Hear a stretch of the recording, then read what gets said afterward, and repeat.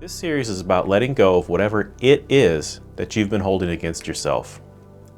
If you've been alive like longer than a minute, you've likely made a few mistakes along the way. I sure have. I've said things and done things that I shouldn't have. I've missed opportunities I could have taken advantage of. There are things I wish I could go back and do differently, and there are people that have been hurt by my words or actions that I would give almost anything to change. It took a little while, but I've finally come to the conclusion I'm not perfect. Can you relate with me? Now, since there are no magic time machines that would allow us to go back and undo our mess-ups, we live in a place where we have to live with our previous actions and decisions. And that can be difficult sometimes. When we blow it, it can be so easy to carry those failures around with us. Sure, we can ask others to forgive us, and maybe they can do that. But can we? Colossians 3:13 says, "Bear with each other and forgive one another if any of you has a grievance against someone. Forgive as the Lord forgave you." Now that scripture said to forgive if you have a grievance against someone. Who's a someone? People who we've hurt, certainly, or that have hurt us, but aren't we a someone too?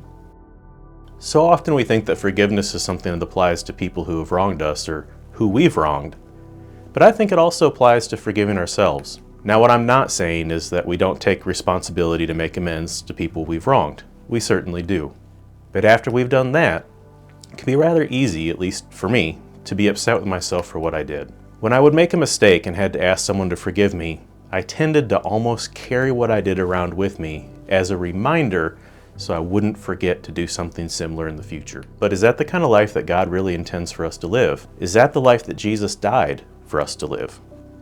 This series is about learning how to begin to let go of the past and forgiving ourselves so that we can position ourselves to better receive God's love and let it transform who we are. See, you were meant to live free from condemnation, shame, and guilt. After all, Jesus died to ransom us from those very things.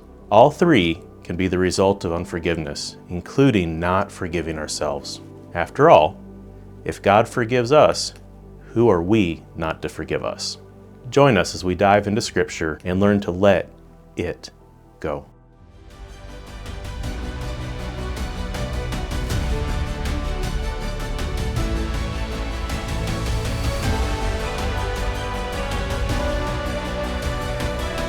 What you're doing here is exciting. It's an opportunity for us to see old friends and to make brand new ones.